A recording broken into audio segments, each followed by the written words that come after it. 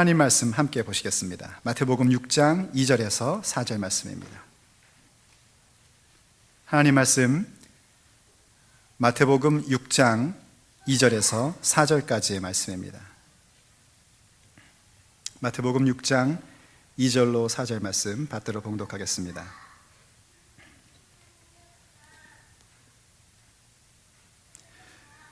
그러므로 구제할 때에 외식하는 자가 사람에게서 영광을 받으려고 회당과 거리에서 하는 것 같이 너희 앞에 나팔을 불지 말라.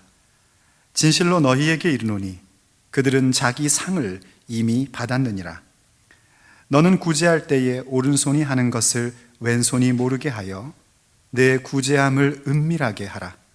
은밀한 중에 보시는 너의 아버지께서 갚으시리라. 아멘. 좀 얼마 전에 인터넷 페이스북이나 트위터 같은 인터넷 사이트에서 한 사진과 함께 이런 얘기가 돌았습니다. 그 사진은 이런 사진이었습니다. 바로 한 노숙자의 사진인데요. 인터넷 수를 아주 강타해서 굉장히 많은 그 조회수를 자랑했는데 그 이야기는 이런 거였습니다. 미국에 교인 수가 10,000명이 넘는 교회가 있었답니다. 10,000명이 넘으면 굉장히 미국 교회에서는 큰 교회죠. 그 교회에 새로 부임하는 목사님이 그냥 얌전히 부임한 게 아니라 홈리스로 가장을 해서 주일날 그 교회 주변을 어슬렁어슬렁거리고 다녔다는 겁니다. 참 목사님이 성격이 독특하신 것 같아요.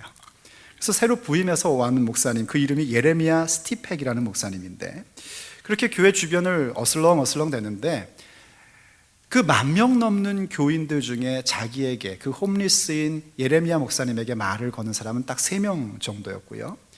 그리고 내가 지금 배가 고파서 음식을 사야 되니까 잔돈이 있으면 좀 달라고 요청을 했는데 아무도 주지를 않았답니다. 저 같아도 안 줬을 것 같아요. 그리고 나서 이제 예배 시간이 돼가지고 예배를 드리려고 들어옵니다. 들어와서 맨 앞줄에 앉으려고 했더니 교회의 안내위원들이 목사님, 예레미야 목사님을 저지합니다. 뒤로 가라는 겁니다. 그래서 맨 뒤에 앉았더니만 이 안내위원들이 예레미야 목사님을 아주 차가운 눈으로 쳐다보면서 아마도 그 눈빛은 저 인간은 왜 우리 교회에 왔나 하는 그런 눈빛이었겠죠. 그렇게 보면서 갔습니다. 그리고 예배가 시작되고 이제 담임 목사님 소개 시간이 됐습니다. 담임 목사님, 새로 부임하는 담임 목사님이 회중 가운데 앉아있다가 나오겠다라는 약속이 있었다는 멘트와 함께 자, 어디 계십니까 목사님? 나오십시오 했는데 이 예레미야 목사님이 홈리스 복장 그대로 강단으로 올라온 겁니다. 모든 교우들이 경악한 겁니다. 으악! 한 거죠. 저 생각에는 그 안내위원들은 더 놀랐을 것 같아요. 교회를 옮겨야 되나 이런 생각도 했을 것 같아요. 그거 올라오셔가지고 다른 얘기를 하는 것이 아니라 그 유명한 마태복음 25장에 있는 말씀 있죠. 내가 줄일 때에 너희가 먹을 것을 줬고 내가 목마를 때에 마시게 하였고 뭐 이런 말씀이요. 그래서 마지막에 지극히 작은 자에게 한 것이 곧 나에게 한 것이다 하는 말씀을 읽으셨습니다. 그리고 하시는 말씀이 우리 교회의 교인 수는 10,000명이 넘는데 진정한 예수의 제자는 한 명도 없는 것 같다는 얘기를 합니다. 교인들이요 충격을 받고 마치 큰 해머로 머리통을 맞은 것 같은 그런 느낌을 갖습니다. 몇몇 사람들은 흐느껴 울면서 회개하기 시작을 합니다. 그리고 대다수의 모든 사람들은 자기들의 행동에 대해서 이 빈 껍질 같은 신앙에 대해서 부끄러워하고 얼굴이 빨개지며 고개를 떨구게 됩니다. 제가 이 얘기를 처음 들었을 때에 제가 목사여서 그런지 그 목사님에 대한 생각이 먼저 머리에 들어오더라고요. 저는 그 목사님이 한 그 모습에 대해서 양면적인 그런 생각이 들어왔습니다. 첫 번째 생각은 뭐냐면 이야, 그 목사님 참 대단하다 하는 생각이에요. 어떻게 설교를 그렇게 할까? 실질적으로 이 교인들이 자기의 상태가 어떤지를 확실히 보여주는 그런 실천적 설교, 그거는 정말 보통 사람이 아니면 못할 것 같다 하는 생각이 들었고요. 또 한면으로는 그 목사 참 고약하다는 건 He's so mean, 아주 mean pastor다. 왜? 사람이 이게 지금 뭐 한 거냐면 충격요법이라는 걸 쓴 건데 사람이 충격요법으로는 순간적으로 마음의 변화를 가질 수 있습니다. 그런데 여러분 아시다시피 사람의 인생이라는 것은 한 번 충격을 받았다고 변화되는 게 아닙니다. 삶 속에서 함께 살아가고 그 삶 속에서 함께 어울리고 뭐 좀 속된 표현을 하면 지지고 볶고하면서 차츰차츰 변화되어 그리스도의 성숙한 인격으로 가는 거거든요. 그러니까 지금 당장 충격요법을 줘가지고 그 10,000명의 교인들이 고개를 떨구고 흐느껴 울고 회개는 했을지 모르지만 시간이 지나면서 어떻게 될 거냐면 아마도 목사님 눈치는 볼지언정 정말 변화된 삶으로 가는 것은 어렵지 않을까 하는 생각이 들었기 때문입니다. 그런 양갈래의 생각이 제 속에 들면서 하여튼 이 목사가 참 똑똑하긴 똑똑한 것 같다. 그 10,000명의 교인들 처음 가자마자 확 휘어잡았네. 이런 생각도 목사인 저에게 들었었습니다.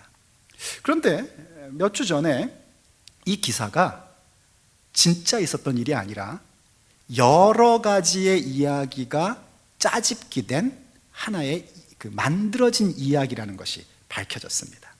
특별히 어떤 얘기들이 나왔냐면 1970년대에 프린스턴 대학교라는 아주 유명한 대학이 있는데 그 대학교에서 심리학 실험을 했던 그 내용과 그리고 19세기 후반쯤에 테네시 감리교회의 한 목사님이 정말 홈리스가 어떤 마음일까 해서 직접 홈리스가 돼본 적이 있는 그런 경험을 해본 목사님이 계셔요. 그 목사님의 얘기 등등 여러 가지 얘기를 다 이렇게 잘 편집을 해가지고 새로운 얘기로 하나 나온 겁니다. 그런데 그렇게 가짜라는 것이 밝혀졌을 때 제 마음속에 어쭈 이것 봐라 거짓말을 했네 이런 마음보다는 오히려 목사님의 제가 목사님을 보며 양면성으로 평가했던 내용들이 없어지고 정말 우리들이 얼마나 하나님 앞에서 주의 말씀을 따르지 않고 그저 껍데기 같은 신앙생활을 하고 있는가 하는 생각이 들었어요. 근데 그건 저만이 아니었던 것 같습니다. 여러분 다 아시다시피 네티즌이 얼마나 무섭습니까? 뭔가 거짓이 밝혀지면 사기다, 거짓말이다 하면서 엄청나게 비난을 하지 않습니까? 그런데 그런 비난이 없습니다. 그리고 도리어 이 이야기를 뭐라고 바꾸냐면은 Parable of Pastor Jeremiah, 예레미야 목사님의 비유, 우리가 왜 선한 사마리아인의 비유 이렇게 말하는 것처럼 예레미야 목사님의 비유라는 얘기로 더 인기를 끌고 많은 사람의 사랑을 받고 있는 얘기가 된 겁니다. 만든 얘기지만 비유라는 겁니다. 뭘 얘기하고 싶은 거냐면 교회 안에 있는 사람이건 교회 밖에 있는 사람이건 믿는 사람이건 믿지 않는 사람이건 교회가 정말 어렵고 힘들고 가난한 사람들에 대해서 무관심하고 껍데기밖에 남지 않는 신앙생활을 하고 있는 것이 얼마나 부끄러운 일인지를 알라는 경종의 모습으로 오고 있는 겁니다. 그래서 많은 사람들이 이 얘기를 좋아하고 이 얘기를 귀하게 여기면서 그렇게 퍼져나가고 있는 것입니다. 정말 그렇습니다. 우리가 교회 생활을 하면서 중요한 부분들이 뭐냐면 하나님 앞에 의로운 삶을 사는 것이 참 중요합니다. 예수님께서 산상수훈의 말씀을 가르치면서 우리가 복된 존재이고 복된 존재다운 삶을 살며 복된 삶을 사는 것이 크게 하나님의 말씀을 따르는 삶이고 그 다음은 경건한 삶이고 그리고 경제에 있어서 하나님 앞에 맞는 경제관을 갖는 것이며 인간관계를 바르게 갖는 것이다. 그것이 결국 마지막 주님 앞에 잘했다 칭찬받는 모습이다 라는 내용으로 얘기를 끌고 가십니다. 그러는 가운데 우리가 지금 보고 있는 파트가 뭐냐면 경건한 삶, 의로운 삶이라는 것이 무엇인지를 얘기해 주시는데 그 의로운 삶에 대하여 얘기하실 때에 제일 먼저 얘기하는 게 구제라는 것, 바로 가난하고 어려운 사람들에게 나눔의 삶을 갖는 것에 대해서 이야기하고 계십니다. 정말 우리가 주 앞에서 나눔의 삶을 갖고 누군가를 구제한다는 것은 의로운 모습이고 경건한 모습이며 복된 자의 삶의 모습입니다.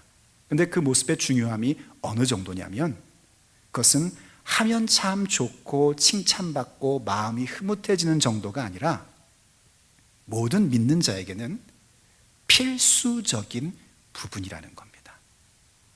얼마나 필수적인 부분이냐면 아까 예레미야 목사님의 비유에서 나왔던 마태복음 25장 35절과 36절 말씀이 이렇게 얘기를 해줍니다. 한번 보시죠. 말씀을요. 내가 줄일 때에 너희가 먹을 것을 주었고 목마를 때에 마시게 하였고 나그네 되었을 때에 영접하였고 헐벗었을 때에 옷을 입혔고 병들었을 때에 돌보았고 옥에 갇혔을 때에 와서 보았느니라. 이 말씀이 무슨 말씀이냐면 예수님께서 마태복음에서 천국 비유를 쭉 많이 말씀을 하셨습니다. 그런데 그 천국 비유 가운데 가장 최종적인 결론적 비유로 말씀하신 게 그 유명한 양과 염소에 대한 비유입니다. 우리가 이 땅 가운데서 하나님의 다스림을 받고 천국을 이루어가는 삶을 살다가 마침내 완성된 천국 가운데 들어가게 될 때 왕이신 예수 그리스도가 심판자가 되어 양과 염소를 나눈다는 그런 말씀에 대한 비유입니다. 그래서 양을 오른편에 두고 염소를 왼편에 둔 다음에 이 양인 오른쪽에 있는 사람들에게 하신 말씀이 너희들은 참 복받을 자들이다. 너희들은 예비된 나라를 상속받을 것이다.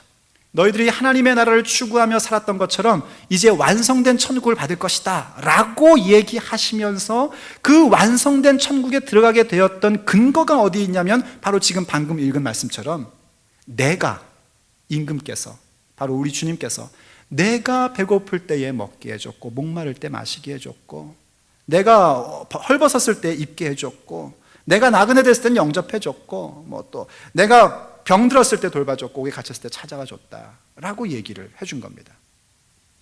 이 양들 입장에서는 뭐 예수님께서 그렇게 칭찬해 주니까 일단 좋긴 좋은데 이게 좀 이상한 겁니다. 아니 평생 한번 예수님 보는 게 소원이었는데 아직도 못 봤잖아요. 혹시 예수님을 physically 육체적으로 보신 분 계십니까? 큰 은혜를 받으신 분들입니다. 저는 아직 그렇게 보지 못했습니다. 예수님 만나고 예수님 보는 것은 영적으로 제가 보고 느끼는 것이지 육체적으로 여러분과 저 이렇게 보는 것처럼 본 적이 없거든요. 한번 봤으면 좋겠는데 안 보여주시죠. 왜냐하면 나를 복된 자로 만드시려고 안 보고 믿는 것이 더 복되다 해주시려고 안 보여주세요. 오직 성령으로만 충만케 해주세요. 그런데 양들이 그렇게 평생 예수님 한번 봤으면 좋겠다 했는데 한 번도 본 적이 없는데 예수님을 내가 먹였고 예수님을 영접했고 예수님을 입혀드렸고 예수님을 마시게 해드렸고 예수님을 찾아갔더니 뭐 어리둥절하지 않습니까? 언제요 예수님? 기분은 좋은데 언제 그랬다는 겁니까? 라고 얘기할 때에 임금이 이렇게 대답을 했다는 겁니다. 마태복음 25장 40절 말씀. 임금이 대답하여 이르시되 내가 진실로 너희에게 이르노니 너희가 여기 내 형제 중에 지극히 작은 자 하나에게 한 것이 곧 내게 한 것이니라 하시고 아멘. 예수님의 형제, 곧 믿는 자들, 예수 그리스도를 따르는 자들 가운데 지극히 작은 자, 이때 지극히 작은 자라는 것은요 내 관심 밖에 있을 수밖에 없는 사람이고 좀 나하고는 거리를 뒀으면 하는 그런 사람들이라고도 볼 수 있습니다. 지극히 작은 자에게 먹게 하고 마시게 하고 영접해주고 그를 돌봐주고 그를 찾아가고 했던 것이 곧 임금이신 예수 그리스도에게 한 것과 똑같다 하는 말씀을 주신 겁니다. 그러면서 이제 염소 있는 편에게 말씀하시죠. 반대의 얘기입니다. 내가 배고플 때 먹을 것도 안 줬고 내가 목마를 때 마실 것도 안 줬고 내가 나그네 됐을 때 너희들 나를 영접하지도 않았고 내가 헐벗을 때 옷 입혀주지도 않았고 내가 병들었을 때에 나를 돌봐주지도 않았고 내가 옥에 갇혔을 때에 너희들은 나를 찾아오지도 않았다. 염소 입장에서도 억울한 겁니다. 예수님이 그런 상황이 됐다면 그래도 내가 교회를 열심히 몇 년을 다녔었는데 설마 예수님을 제가 안 돌봐드렸겠습니까? 한 번도 예수님은 내 곁에 나타나지 않았으면서 무슨 그런 말씀을 하십니까? 라는 내용으로 질문을 할 때 내 형제 가운데 지극히 작은 자에게 하지 않은 것이 곧 나에게 하지 않은 거다 라고 말씀을 하셨어요. 이 비유가 여기서 다 끝나버리면 그냥 우리는 그래 우리 좀 정신 차리고 살자, 우리가 좀 어려운 사람 도와야 된다, 형제 가운데 지극히 작은 자가 누군지를 보면서 우리가 돌볼 줄 아는 그런 관대한 마음을 가진 구제하는 사람, 자선을 베푸는 사람으로 살아야 된다, 그래야 좋지 않겠어? 라는 얘기로 끝날 수 있습니다. 그런데 예수님께서 이 이야기를 하시며 결론적으로 다음과 같은 말씀을 하셨습니다. 마태복음 25장 46절 같이 한번 읽어보죠. 시작. 그들은 영벌에 의인들은 영생에 들어가리라 하시니라. 아멘. 여기 영벌에 들어간다는 그들은 누구냐면 염소편에 있던 사람입니다. 자선을 베풀지 않았고 구제하지 않았던 사람들이고요. 의인들은 누구냐면 바로 양의 편에 서 있던 사람, 어렵고 힘들고 가난한 자들에게 자선을 베풀었던 사람입니다. 그들에게 영벌과 영생이라는 것으로 갈라지더라는 겁니다. 무슨 말씀인고 하니, 우리가 예수를 믿는 자라는 그 고백이 실천적으로 나올 때의 그 믿음이 진짜 믿음인데, 그것이 정말 우리의 의로운 삶인데, 거기에 필수적인 요소는 구제하는 삶, 자선을 베푸는 삶이라는 겁니다. 그만큼 나눔의 삶을 갖는다는 것, 구제하는 생활을 한다는 것은 우리 믿음의 사람들에게 있어서 빼놓을 수 없는 너무너무나 중요하고 핵심적인 신앙의 모습이요, 복된 자의 삶의 모습인 것입니다. 그렇게 중요하기에 예수님께서 산상수훈의 말씀 속에서 존재에 대한 복을 누리고 있는 사람들이 어떤 삶의 모습을 살아가야 하는가, 말씀을 알고 말씀의 진리를 깨닫고 말씀을 따르는 삶을 살다가, 그리고 이제 의로운 생활로 들어오게 되는데, 그 의로운 생활 속에서 제일 먼저 가져야 되는 것이 구제하는 것이라고 말씀하고 계신 겁니다. 그래서 예수님이 바로 이 구제에 대해서 굉장히 조심하고, 어떻게 구제해야 그 구제함이 우리의 구원과 또 우리의 삶에 복된 자의 삶을 누리게 하는지를 가르침으로 주시고 계신 겁니다. 정말 구제할 때에 조심해야 되고, 구제할 때에 우리가 주의해야 할 일이 있다는 겁니다. 우선 먼저 깨달아야 될 것은 반드시 구제하는 삶의 모습이 내 삶에서 있어야 한다는 것이고요. 왜냐하면 예수님께서 너희들이 만약에 구제를 한다면 이렇게 말씀하지 않으셨고, 구제할 때에 라고 말씀하셨습니다. 얼핏 생각하면 비슷한 얘기가처럼 들릴지 모르지만 완전히 다른 얘기입니다. 구제를 한다면 이렇게 하라가 아니라, 구제해야 하는데 그렇게 할 때에 이러한 모습을 가져야 된다라고 말씀하시면서, 첫 번째 구체적인 주의사항으로 나팔을 불지 말라고 우리에게 얘기를 하십니다. 본문 2절이 이렇게 얘기를 하죠. 그러므로 구제할 때에 외식하는 자가 사람에게서 영광을 받으려고 회당과 거리에서 하는 것 같이 너희 앞에 나팔을 불지 마라. 진실로 너희에게 이르노니 그들은 자기 상을 이미 받았느니라 하고 말씀하십니다. 나팔 불지 말래요. 나팔 부는 게 뭔지 아십니까? 제가 며칠 전에 여기 에듀케이션 파크를 이렇게 걷는데 나팔 소리가 들리더라고요. 사람은 보이질 않아요. 보니까 멀리서 부는 것 같아요. 제 발걸음을 멈추고 어디서 소리가 나지 하고 듣게끔 만들더라고요. 나팔을 분다는 건 그런 겁니다. 요즘 말로 하면 광고하는 겁니다. 알리는 겁니다. 사람들에게 선전하는 겁니다. 우리가 이렇게 구제를 하고 있다, 우리가 이렇게 자선을 베풀고 있다 하고 알리는 겁니다. 왜 알리냐면 사람에게서 영광을 받고자 하여 사람들에게 알리는 겁니다. 여러분도 구제의 생활을 많이 하는 사람들 보면은 참 훌륭하다, 아유 어떻게 저렇게 할까 하는 생각 갖지 않습니까? 바로 그 얘기를 듣고 싶은 겁니다.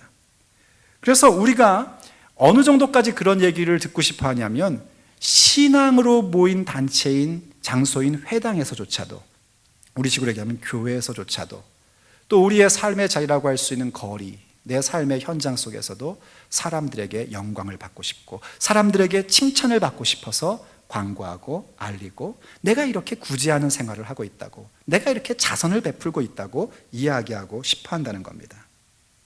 그렇게 되면 거기에는 하나님이 우리에게 주시는 보상이라는 것이 존재하지 않습니다.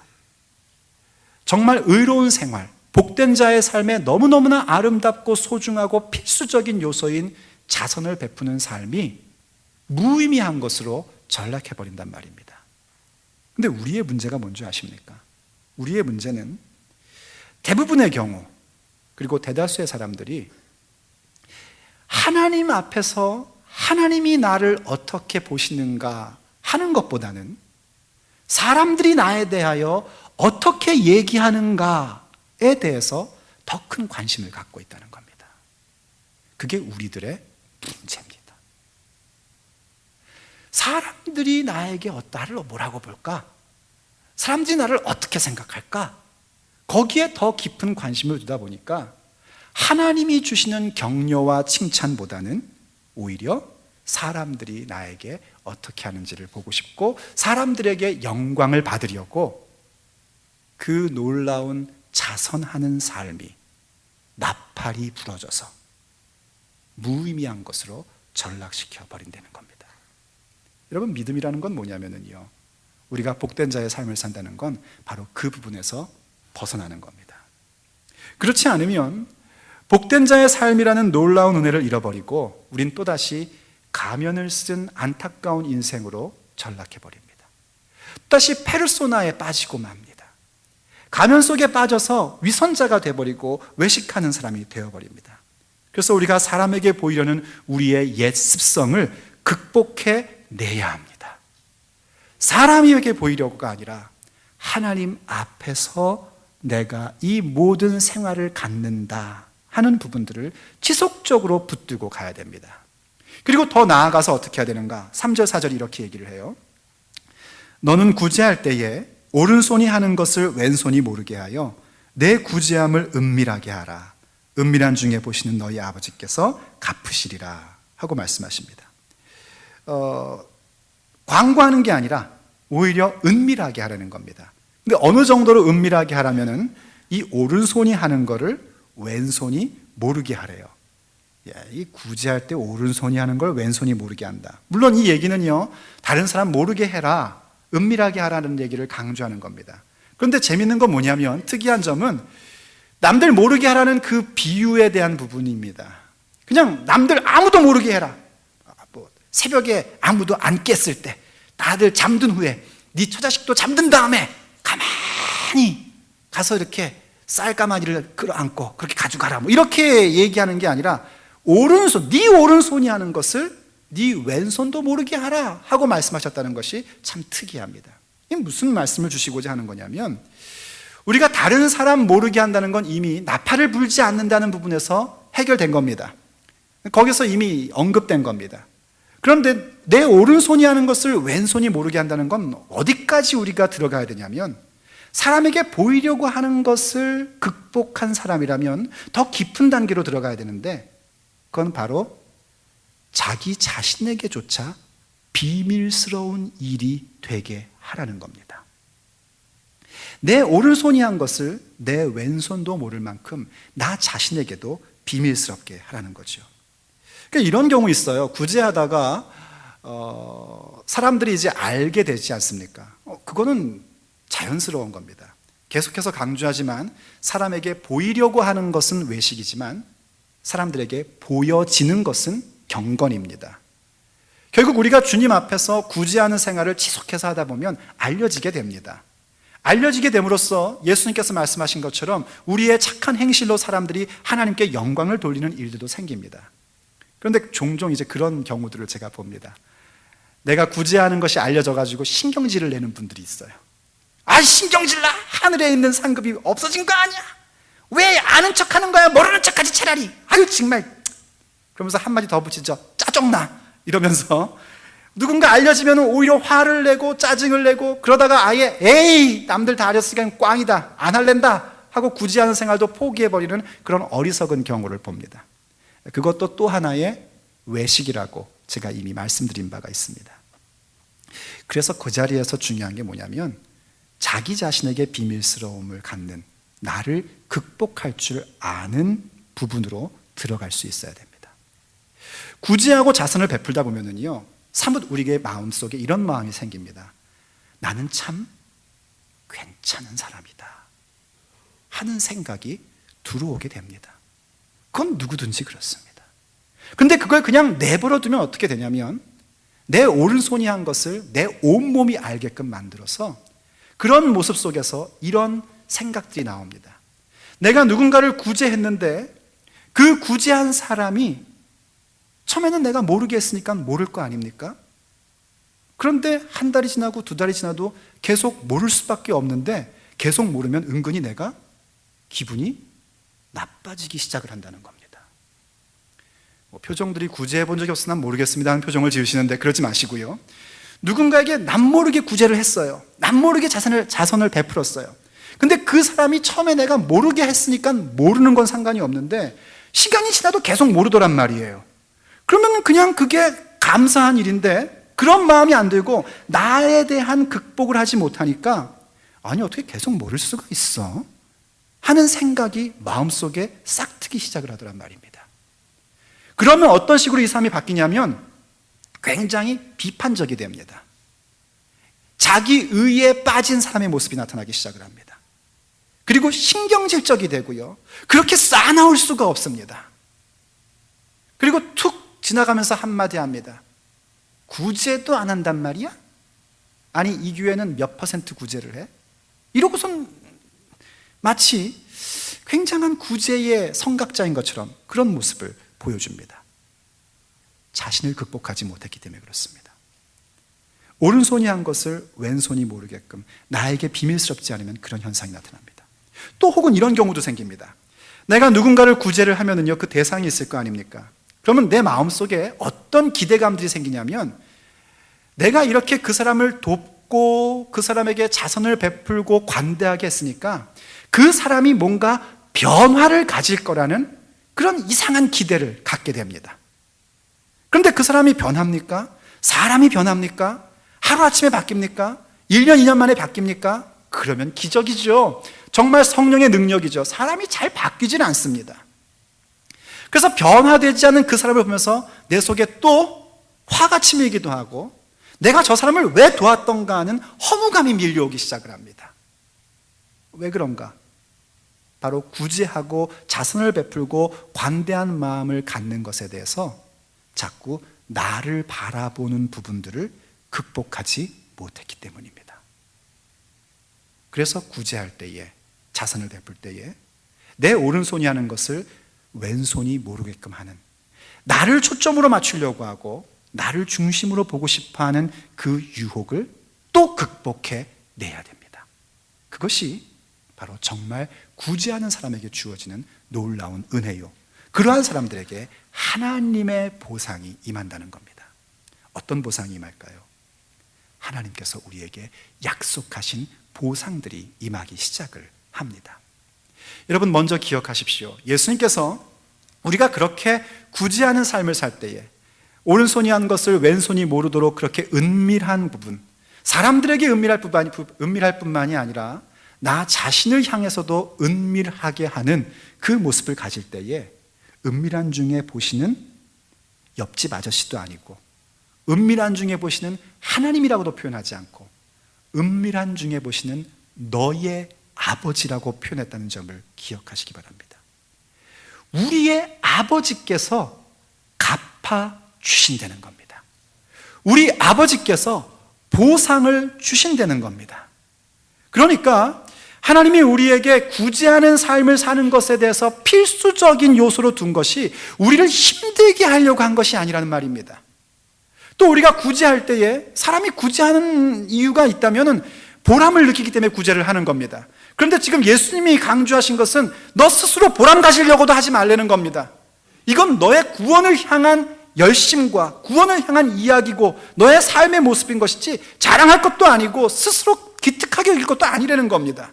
그러니까 너 자신을 향해서도 은밀하게 하래요. 그 얘기가 야, 뭐 이거 구제하는데 보람도 없고 재미도 갖지 말란 말인가? 뭐 이렇게 팍팍한가? 하나님이 그렇게 팍팍하게 하려고 한 것이 아니라는 겁니다. 하나님께서 우리에게 구제를 필수적으로 하게 하시고 그 구제와 자선의 삶을 은밀하게 갖게 하시는 그 내면에는 아버지의 마음이 담겨져 있다는 겁니다. 그 아버지의 마음은 뭐냐면 아버지만이 자녀에게 주실 수 있는 보상을 주고 싶으신 겁니다.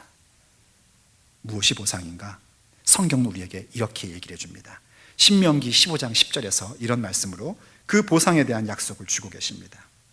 신명기 15장 10절, 너는 반드시 그에게 줄 것이요 줄 때에는 아끼는 마음을 품지 말 것이니라. 이로 말미암아 내 하나님 여호와께서 내가 하는 모든 일과 내 손이 닿는 모든 일에 내게 복을 주시리라. 아멘. 아멘이 됩니까? 이 말씀의 배경은 이런 겁니다. 이스라엘 사람들은 안식년이라는 걸 갖고 있었습니다. 요즘은 안식년이라는 것에 대해서 많이 알고 계시죠. 6년 동안 밭을 갈다가 그 밭에 7년째는 아무것도 심지 않는 게 안식년이고요. 또 안식년이 되면 형제에게 꽂았던 빚도 탕감이 돼버리는 그런 해가 됩니다. 그리고 노예로 있던 사람도 노예에서 해방을 시켜주는, 그게 바로 안식년이에요. 그래서 이른바 면제년이다라는 표현도 씁니다. 근데 이 안식년이 가까이 오면은 사람들이 돈을 안 꿔주고 싶은 거예요. 왜냐면 동생한테 돈 꿔줬다가 내년에 안식년이면 어떻게 돼요? 그렇죠, 못 받거든요. 그럼 얼마나 손해입니까? 그래서 이 사람들이 돈을 안 꿔주는 거예요. 그때부터는요. 가난한 사람들에게 뭔가 돌봄을 주려고 하지 않는 겁니다. 하나님께서 그거는 죄다라고 얘기하십니다. 하나님을 거역하는 겁니다. 그러면서 하신 말씀이 좀 전에 읽은 것처럼 반드시 그에게, 어려운 형편에 있는 사람에게 주라는 겁니다. 줄 때 어떻게 주는가? 아끼는 마음으로 주지 말래요. 아낌 없이 주랍니다. 아까비 이러지 말고 그냥 팍 주래요. 그럼 왜 팍 주라고 그러시는가? 팍 주고 나는 그러면 손해만 보라는 건가? 했더니만 그게 아니라 이로 말미암아 우리가 그렇게 아끼지 않고 자선을 베푸는 그 모습으로 말미암아 내 하나님 여호와께서 우리가 하는 모든 일, 우리가 손이 닿는 모든 일들에 복을 주신다는 겁니다. 하나님은 우리에게 복을 베푸시는 하나님이신 줄로 믿습니다. 문제는 뭐냐면 우리가 그 복을 베푸시는데 그 복을 받을 그릇이 예비되지 않았다는 겁니다. 그 그릇을 지금 무엇으로 하나님이 예비하라고 하시냐면 우리의 형제 가운데 가난하고 도움이 필요한 사람들에게 자선을 베풀고 구제하는 것으로 그 그릇을 만들려는 겁니다. 아끼지 말고 자선을 베풀면 베풀수록 그 그릇은 점점 커질 것이고 하나님은 그 그릇 위에, 그 그릇 속에 하나님의 복을 베풀어 주겠다고 약속하고 계신 겁니다. 그래서 하나님이 우리에게 자선행위에 대해서, 구제하는 것에 대해서 필수적인 신앙의 요소로 두고 은밀하게 하는 것에 대해서 항상 경각심을 갖고 은밀한 모습을 가지라고 말씀하고 계신 겁니다. 여러분 혹시 요즘에 뭔가 일이 잘 안 풀립니까? 혹시 뭔가 내가 지금 일을 벌리고 하는 일들이 자꾸 꼬이고 이게 왜 이렇게 잘 안 되지? 뭐가 문제지? 이런 생각이 듭니까? 그렇다면 한번 여러분의 삶 속에서 구제함이 있는지 돌이켜보시기 바랍니다. 구제한다는 것은 부자들, 돈 많은 사람들만 하는 게 아닙니다. 구제는 내 삶에서 할 수 있는 겁니다. 구체적으로 하자면 내가 하나님 앞에 11조를 드리고 또 11조로 구제할 수도 있습니다. 어떨 경우에는요 11조 드리고 11조로 구제하고 11조로는 장학금금 보내고 또 11조로는 뭘 할까요? 더 좋은 일 하고 이러면서 나는 생활을 10의 5조만 가지고 살 수도 있습니다. 그래도 넉넉한 삶을 살 수 있게끔 하나님이 베풀어 주실 수 있습니다. 그게 하나님이 우리에게 주시고자 하는 복입니다. 오늘 좀 아멘을 해야 될지 말아야 될지 정신이 없습니까? 복을 주신다는 건 아멘을 하고 싶은데 아낌없이 주라는 부분에 대해서 아멘을 해야 되니까 좀 이게 아멘이 어멘도 되고 그러시는데 명확하게 하시기 바랍니다. 하나님 말씀을 믿는 자가 되시길 축복합니다. 하나님 말씀을 믿고 구제하고 나눔의 모습을 가져보십시오. 하나님께서 약속해 주신 말씀처럼 여러분이 하는 모든 일에 복이 있을 것입니다. 여러분의 손이 만지는 일마다 복될 겁니다. 여러분의 손이 여러분의 자녀를 만지면 그 자녀들이 복된 자녀가 될 것입니다. 여러분이 만지는 모든 것들이 복된 역사, 하나님이 약속으로 주신 겁니다.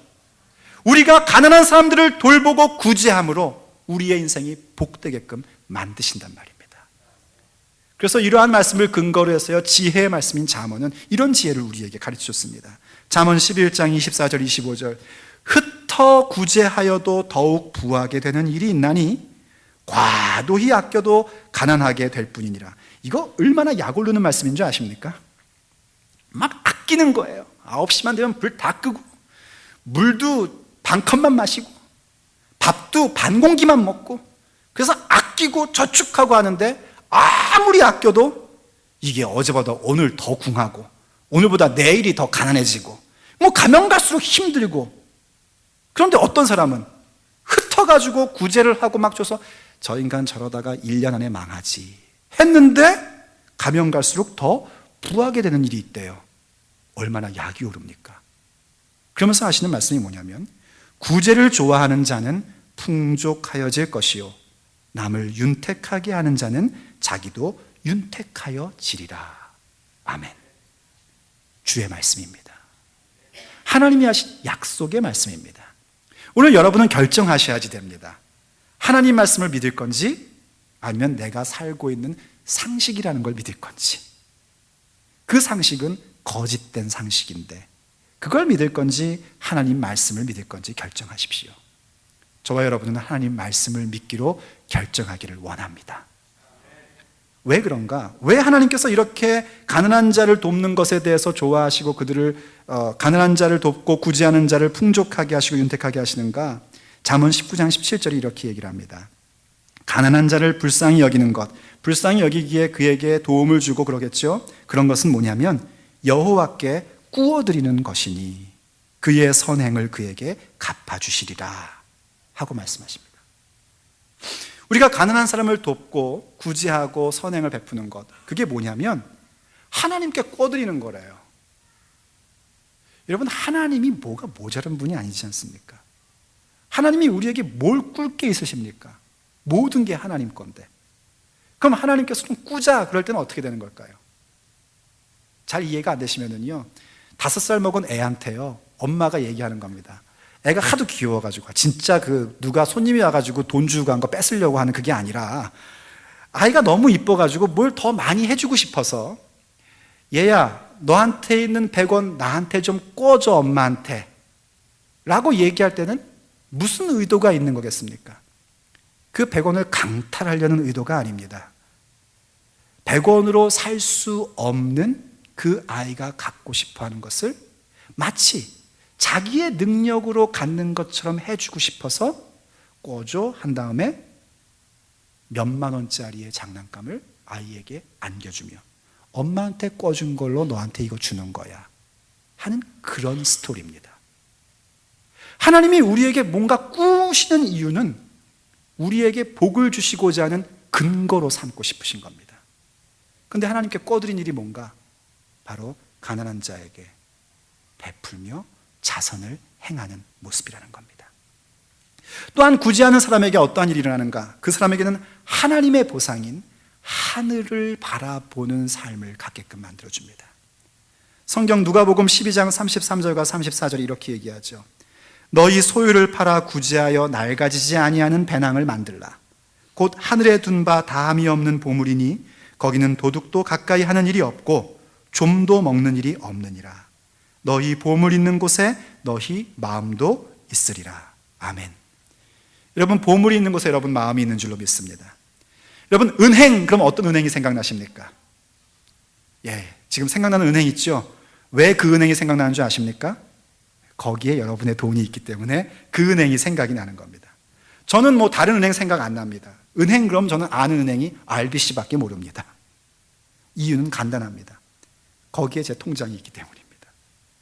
보물이 있는 곳에 내 생각과 마음이 가기 마련인데, 흩어서 구제하고 가난한 사람을 도울 때에 그건 어떤 행위냐면 천국에, 하늘에 보물을 쌓아두는 일이라는 겁니다. 이 세상에 쌓아두는 보물이라는 것은요, 돈이라는 건 하루아침에 종이 조각이 되기도 하고요, 다른 보물들은 불타서 없어지기도 하고 도둑이 훔쳐가기도 합니다. 그러나 하늘에 쌓아둔 보물은 도둑도 들 수 없고 그것은 좀도 먹지 않는, 상하지도 않는 영원한 보물이 됩니다. 하늘에 보물을 쌓아두었기에 내 마음이 언제나 하늘나라를 향하여 바라보고 있는 마음을 가질 수 있게 되는 겁니다. 그게 바로 복된 자의 삶입니다. 그렇게 함으로써 우리가 무엇을 알게 되냐면, 내 인생이 내가 버는 돈으로 살아가는 것이 아니라 하나님의 은혜로 말미암아 살아가는 것이고, 내 노동력으로 사는 것이 아니라 하나님의 능력으로 산다는 사실을 확인하며 살아가게 되는 겁니다. 그 믿음이, 구제하는 신앙을 갖는 믿음이 나로 하여금 돈의 노예가 되게 만드는 것이 아니라 그 모든 돈들을 다스릴 수 있는 관리자요, 청지기의 모습으로 살게끔 만들어주는 것입니다.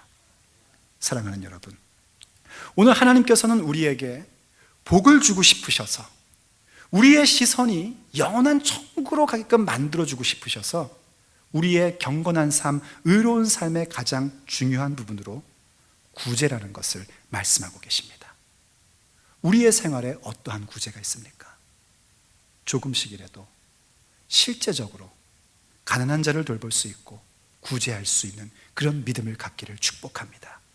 그렇게 해서 우리 모두가 하나님이 주시고 싶어 하시는 그 복, 하나님이 우리의 손으로 만지고 우리가 하는 모든 일에 복을 베푸시는 그 복, 우리로 하여금 하늘나라를 바라보게 하시는 그 귀한 보상, 그 모든 것들을 간직할 수 있기를 간절히 바랍니다. 기도하시겠습니다. 사랑하는 아버지 하나님, 오늘 우리로 하여금 의로운 삶을 살게 하시고 복된 자의 삶을 살게 하시니 감사드립니다. 참으로 하나님께서 우리의 삶 속에 구제할 수 있는, 자선을 베풀 수 있는 능력을 주시고 그 마음을 주시니 감사드립니다. 우리가 많은 돈을 가진 자에서가 아니라 하나님을 믿는 자이기에 흩어서 구제할 수 있는 자가 되기를 간절히 바랍니다. 정말 하나님께서 우리 주변에 허락해 주신 가난하고 헐벗고 힘들어하는 사람들에게 그들을 돌아보고 그들을 먹게 해줄 수 있는 그런 넉넉한 가슴이 있기를 간절히 바랍니다. 하나님, 그것이 곧 우리 임금 되신 예수 그리스도에게 한다는 사실을 깨닫게 해주시고 그 경건하고 아름다운 신앙의 모습을 나팔을 불거나 또 나에게 스스로 보람을 느끼고 스스로 기특하다 여겨 헛된 것으로 만들지 않기를 간절히 바랍니다. 하오니 주여 도와주시옵소서. 참으로 오른손이 하는 것을 왼손도 모를 만큼 나에게조차 비밀스러운 일들로, 은밀한 일들로 구제하며 섬기는 자가 되게 하여 주옵소서. 그리고 오직 하나님이 주시는 그 보상, 하나님이 베푸시는 그 귀한 복을 바라보며 오늘도 주의 말씀에 순복하는 우리 모두가 되게 하여 주시옵소서.